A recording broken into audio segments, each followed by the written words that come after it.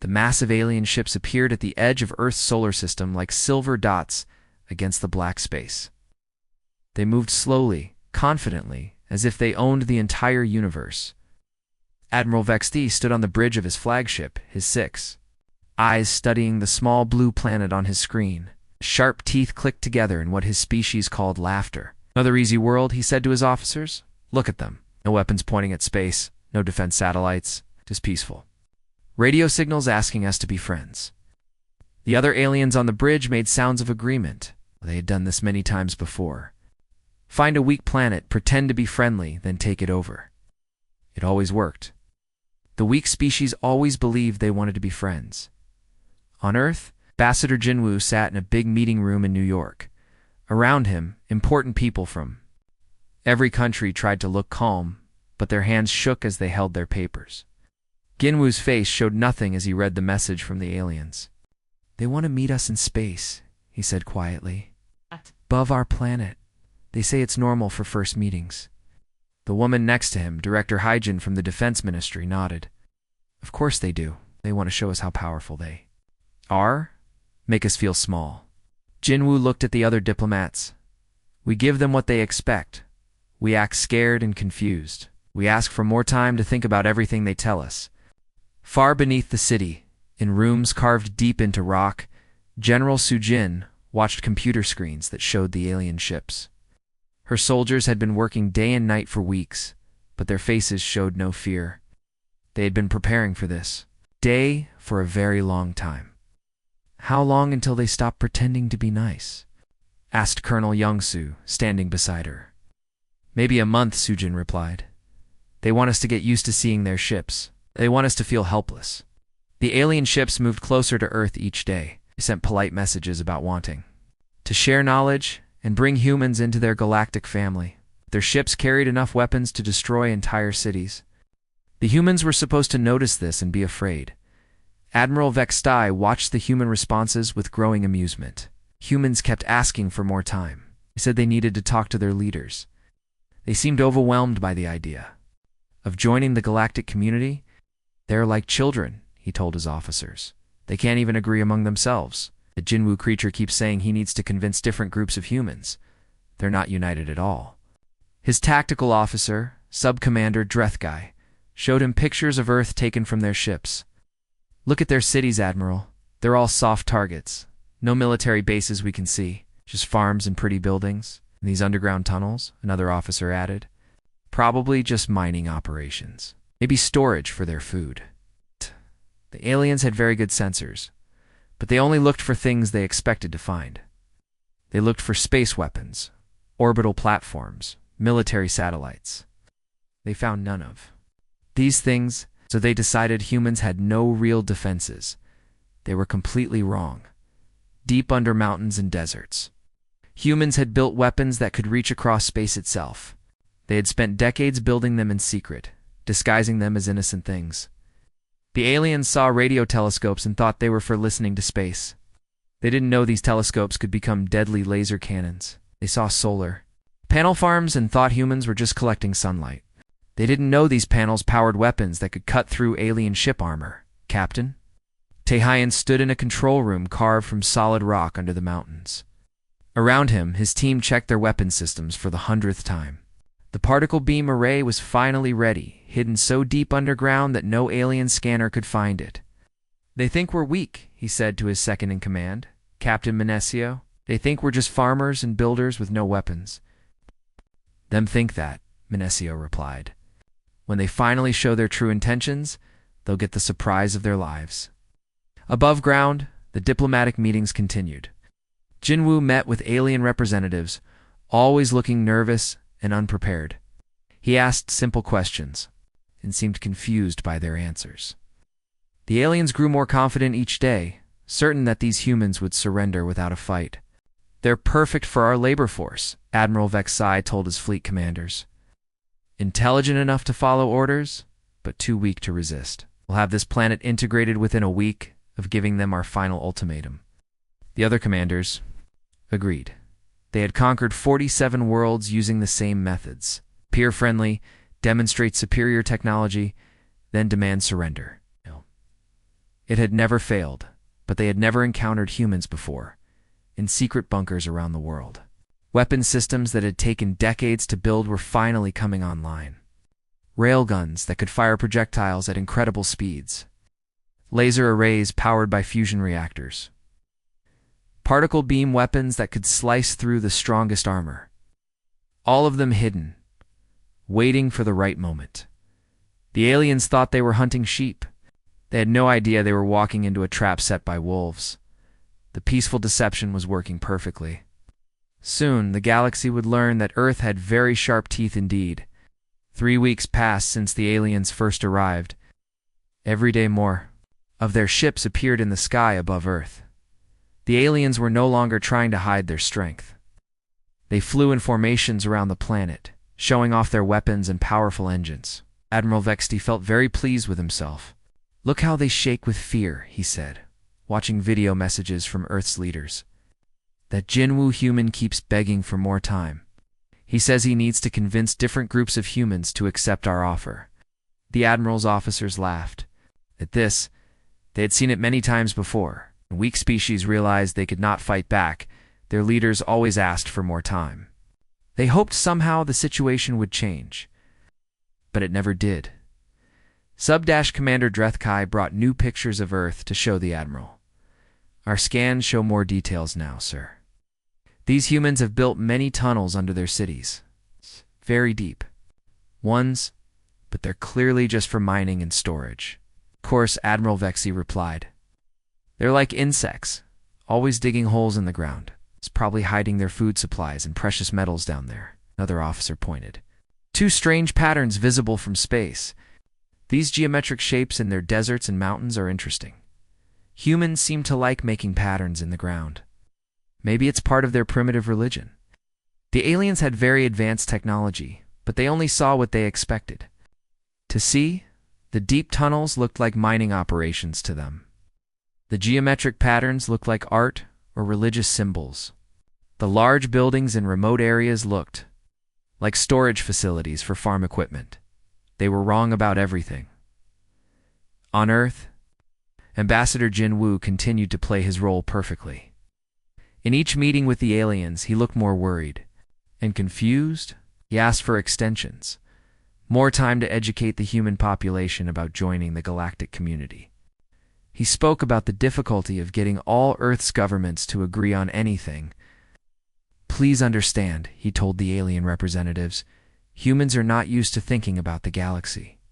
We need time to prepare our people mentally for such a big change." The aliens found this very amusing. They had never met a species that admitted to being unprepared for the modern galaxy. Most species at least pretended to be ready for space travel and galactic politics. "These humans are honestly admitting they're primitive," Admiral Vexty told his fleet. "They're practically begging us to take control of their planet. This will be the easiest conquest in our history." What the aliens didn't know was that, while they were congratulating themselves, humans were working around the clock in their hidden facilities. The mining tunnels were actually military command centers, connected by networks that could survive nuclear war. The geometric patterns were carefully camouflaged blast doors covering weapon systems. The storage facilities contained fusion reactors and particle accelerators. In the Gobi Desert, massive doors opened for the first time in 20 years. The railgun array inside was finally complete. Captain Donghaen watched as his team ran final tests on the system. The magnetic coils could accelerate a piece of metal to 12% of light speed. At that velocity, it would hit with the force of a nuclear bomb. "How many shots can we fire before they locate us?" he asked his chief engineer. "Maybe 6 or 7, the engineer replied. "But each shot will destroy one of their big ships completely. They won't expect something this powerful." Similar conversations were happening in facilities around the world. Under the Rocky Mountains, Commander Taehyun's particle beam array was charging its capacitors. The weapon looked like a radio telescope from above, but it could focus enough energy to cut an alien ship in half. "Their shields are designed to stop energy weapons," he explained to his team, "but not weapons this powerful. We're putting the energy of a small sun into a beam the width of a pencil. The aliens continued their orbital patrols, completely unaware of the weapons being aimed at them. Their sensors were good, but they were designed to find conventional military equipment. Tanks, aircraft, missiles, orbital platforms. They weren't looking for weapons disguised as innocent buildings. General Sujin watched from her command center deep underground. Through her network of hidden cameras and sensors, she could see everything the aliens were doing. They flew in, predictable patterns, following the same routes each day. They're making themselves easy targets. They're getting overconfident, she told her staff. They think this is already over. They're not even trying to hide their ship positions anymore. Colonel Young-Soo nodded. Intelligence says they're planning to give us their final ultimatum soon, probably within the next week. Good, Sujin replied. We need every extra day we can get. The Seoul facility is still bringing their reactors online, and the teams in Australia are having trouble with their targeting systems. Above them, Admiral Vexi was making his final plans. His intelligence reports all said the same thing. Humans had no space weapons, no orbital defenses, no way to fight back against a Galactic-class military force. The few weapons they had were primitive missiles, an aircraft that couldn't even reach orbit. Send the final ultimatum tomorrow, he ordered. Give them 6 hours to surrender. That's more than enough time for such a simple decision. His officers agreed enthusiastically. They were already planning how to divide up Earth's resources among themselves. The humans would make excellent workers, and the planet had plenty of fresh water and fertile land. None of them suspected that in 6 hours, most of their fleet would be floating debris. The message came on Tuesday morning. Every television, radio, and computer screen on Earth showed the same thing. Admiral Vexi's ugly face looking down at humanity with cold eyes. His voice was translated into every human language as he spoke. People of Earth, he said, his words full of fake politeness. Your time for thinking is over. You will give us your planet now, or we will take it by force. We are much stronger than you. Fighting us would be stupid. In the United Nations building, Ambassador Jin Woo stood before cameras from around the world. His face looked pale and frightened, just like the aliens expected. His hands shook as he held his papers. We need 12 hours to organize everything, he said in a weak voice. Please give us time to prepare our people for this change. Admiral Vex's laugh was like the sound of breaking glass. You get 6 hours. Then we start destroying your military bases. Not that you have any real ones. The Admiral had no idea he had just announced the time of his own death, at exactly 2 o'clock in the afternoon. The alien fleet moved into attack. Formation above Earth, the ships spread out across the sky, their weapons pointing down at the planet below. They were ready to destroy anything that looked like it might fight back. That was when Earth showed its true face. The first railgun shot came from the Gobi Desert. The tungsten rod flew through space so fast it was invisible. It hit the lead alien destroyer before the ship's computers even knew an attack was happening. The alien vessel exploded in a ball of white-hot plasma, completely destroyed in less than a second. General Sujin's voice echoed through every hidden base on Earth. All stations, you are free to fire. Show them what we really are. The planet's surface erupted with weapons fire. Blast doors that had been hidden for decades slid open across 6 continents. The aliens suddenly saw things they had never expected. Massive gun barrels pointing at the sky, laser arrays that could cut through starship armor, particle beam weapons that fired pure energy. This is impossible, Admiral Vexti screamed as his ships began exploding around him. Our scans showed no weapons, no defenses. Commander Taehan's voice came through the alien communication system, calm and deadly. You scanned for what? You expected to find. You never looked for what we actually built. The radio telescopes the aliens had ignored suddenly came alive, firing laser beams powerful enough to slice through ship hulls. The solar panel farms revealed their true purpose, as massive energy weapons drew power from hidden fusion reactors. The geometric patterns in the deserts opened like flowers, revealing railgun arrays that could fire projectiles at incredible speeds. Captain, Donghan watched his railgun fire again and again, each shot destroying another alien vessel. target. The big ships first, he told his crew. Make them understand this isn't a game. Aliens had planned to bombard a defenseless planet. Instead, they found themselves in a fight with weapons they couldn't even understand. Their ships were built for attacking helpless worlds, not for fighting an enemy that shot back with such deadly accuracy. But Earth's surprises were not finished. As the alien fleet tried to pull back and regroup, new alarms began screaming on their ships. Something was approaching from the outer solar system. Something that had been hiding in the cold darkness between planets. Captain.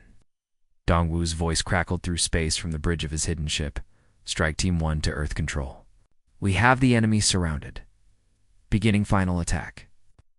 The aliens suddenly realized they were trapped. While they had been focused on Earth, 12 human ships had been moving into position around them. These weren't ordinary ships. They looked like research vessels, but they carried weapons that had been designed in secret for exactly this moment. Where did they come from? Admiral Vexthi demanded. They were always there, Captain Dongwu replied. Every deep space mission you ignored. Every scientific expedition you thought was harmless. We've been preparing for this day since you first arrived. Human ships attacked from all directions at once. Their plasma weapons burned through alien shields like paper. Their missile systems fired smart bombs that could think for themselves and find weak spots in enemy armor. The aliens found themselves caught between the planet's surface weapons and the human fleet they had never seen coming. Captain Minesio led the attack from another hidden ship. Her crew had been living in cold sleep for 3 years, waiting for this moment. Target their command vessel, she ordered. Cut off their head and the body will die. The battle was unlike anything the aliens had ever experienced. They were used to fighting enemies who followed the same rules they did, but humans fought differently. They used tricks, traps, and tactics that made no sense to alien minds. Commander Yunji, controlling the surface weapons, coordinated attacks across impossible distances.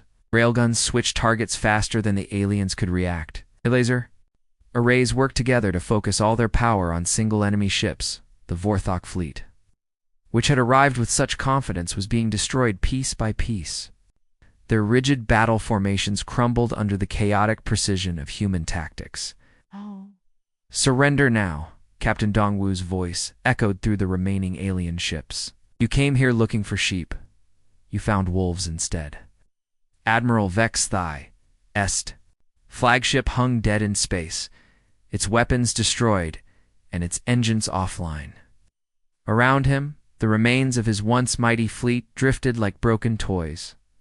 The hunters had become the hunted. The alien fleet was broken. In just 30 minutes, Admiral Vexthi had lost more than half his ships. The remaining vessels floated in space like wounded animals, their hulls cracked and their weapon systems dead. The Admiral's proud voice, from earlier, was now a frightened whisper. All ships, retreat to safe distance, he commanded. Reform defensive positions. Oh. But there was no safe distance. The human ships that had appeared from the outer system were closing in from every direction. Captain Dongwu studied his tactical screen aboard the UES Inchin. The ship looked like a harmless research vessel from the outside, but inside it carried weapons that could destroy planets. Target their command ship, he told his weapons officer, Lieutenant Jamin. One clean shot through their bridge. The plasma lance fired with the power of a small star. The beam of pure energy crossed space in seconds and struck the alien flagships. Shields. The shields held for less than a heartbeat before the weapon burned through and melted the hull. Beneath. But Captain Dongwu was not fighting alone. 11 other human ships attacked at the same moment from different angles. The aliens suddenly found themselves surrounded by enemies they had never seen coming. This cannot be happening, screamed Admiral Vexia II in command. Ow. Did they hide an entire fleet from us? We didn't hide it, Captain Dongwu replied, his voice calm despite the chaos around his ship. We put it in plain sight. Every deep space mission you ignored. Every scientific expedition you thought was harmless. We've been waiting for this moment for years. The battle became a lesson in human cleverness. The aliens followed rules and formations that had worked for centuries. But humans changed their tactics every few minutes, adapting to each new situation. Like water flowing around rocks, Commander Yunji controlled the surface weapons from her underground bunker. Her railguns fired with perfect timing, forcing the alien ships to move exactly where she wanted them to go. Drive them toward the kill zone, she ordered her teams. Let our space fleet finish them. The alien ships were designed to attack planets, not to fight other spaceships. Their heavy armor was meant to protect them from primitive missiles, not from weapons that fired pieces of metal at impossible speeds. Every railgun shot that hit an alien vessel tore through it like paper. Captain Minesio led her ship in a daring attack on the alien escort vessels. Her crew had volunteered for a mission with no promise of survival, knowing they might never see Earth again. But they fought with the fury of people defending their home. Fire all weapons, she commanded. Show them what humans do when someone threatens our world. Her ship's missiles struck 3 alien vessels at once. The smart bombs found weak points in their armor and exploded inside their hulls. The aliens had never faced weapons that could think for themselves. The human commanders talked to each other across vast distances, coordinating their attacks with split-second timing. They moved their ships like dancers, each one knowing exactly where the others would be. The aliens couldn't understand how humans could fight so well together without central command. They're not following any military doctrine we know, reported an alien tactical officer. They change their strategy every few minutes. How do we fight an enemy that has no rules? You don't, Captain Dongwu answered, having intercepted their communication. You just die. The aliens tried to use their standard battle formations, but humans had studied those formations for years. Every move the aliens made had been predicted and planned for. The human fleet moved like a pack of wolves, separating the alien ships and attacking them one by one. Admiral Vexthii watched his fleet disappear around him. These humans fought like nothing he had ever seen before. They used their own ships as weapons, ramming alien vessels when they ran out of ammunition. They coordinated attacks across impossible distances without any visible communication system. Sir, we're receiving a transmission from one of their ships, reported his communications officer. Captain Taehine's face appeared on the screen. Behind him, his crew worked calmly at their stations while explosions lit up the space around them.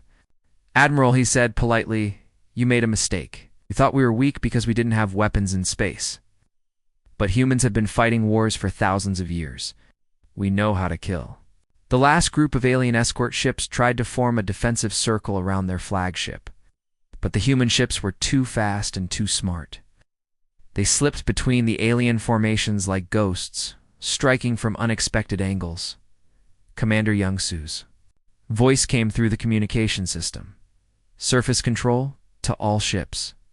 We're tracking 17 alien vessels trying to escape. Permission to engage. Granted, General Sujin replied from her deep bunker. Let none of them leave to tell others where Earth is. The railguns fired one final time.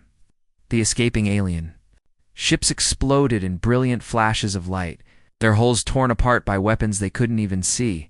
When the shooting finally stopped, only one alien ship remained intact.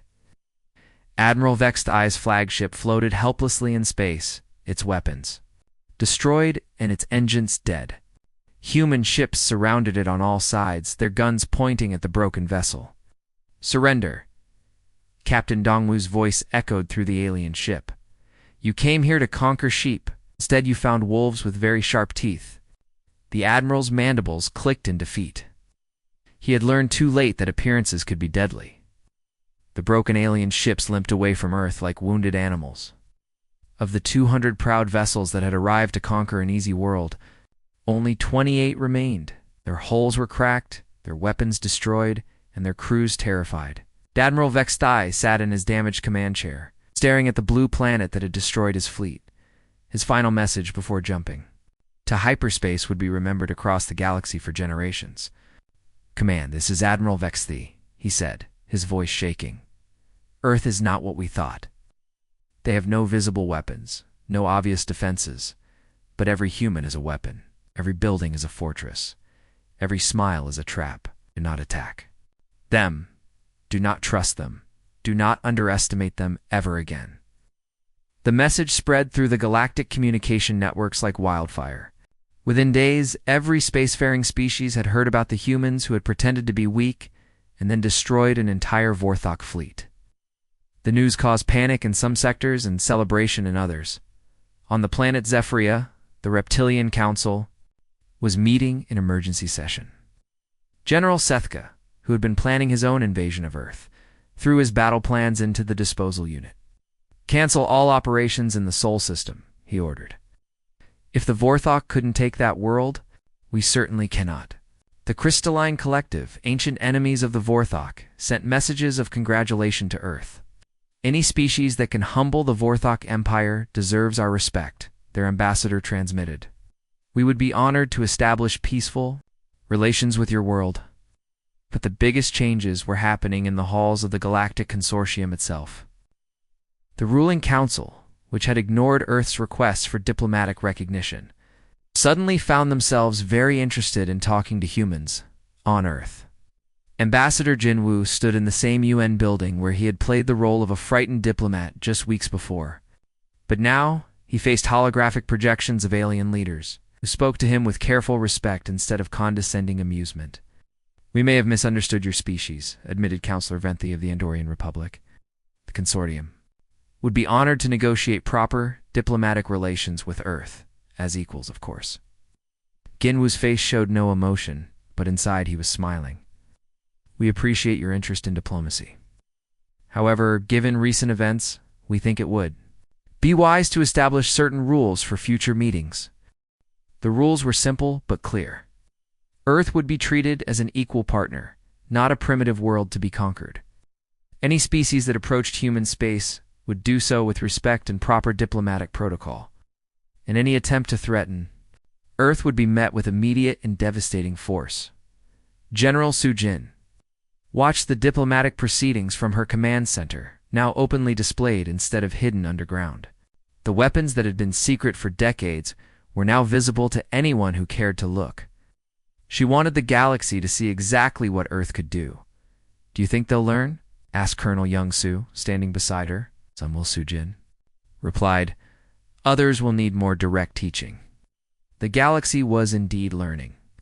Within months, the phrase "Earth has teeth" had become common slang among spacefaring species. It meant that something or someone was more dangerous than they appeared.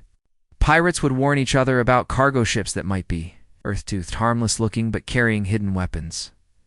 Trade delegations began arriving at Earth's orbital stations, offering advanced technology in exchange for what they now realized was humanity's greatest treasure: the knowledge of how to fight smart instead of just fighting hard.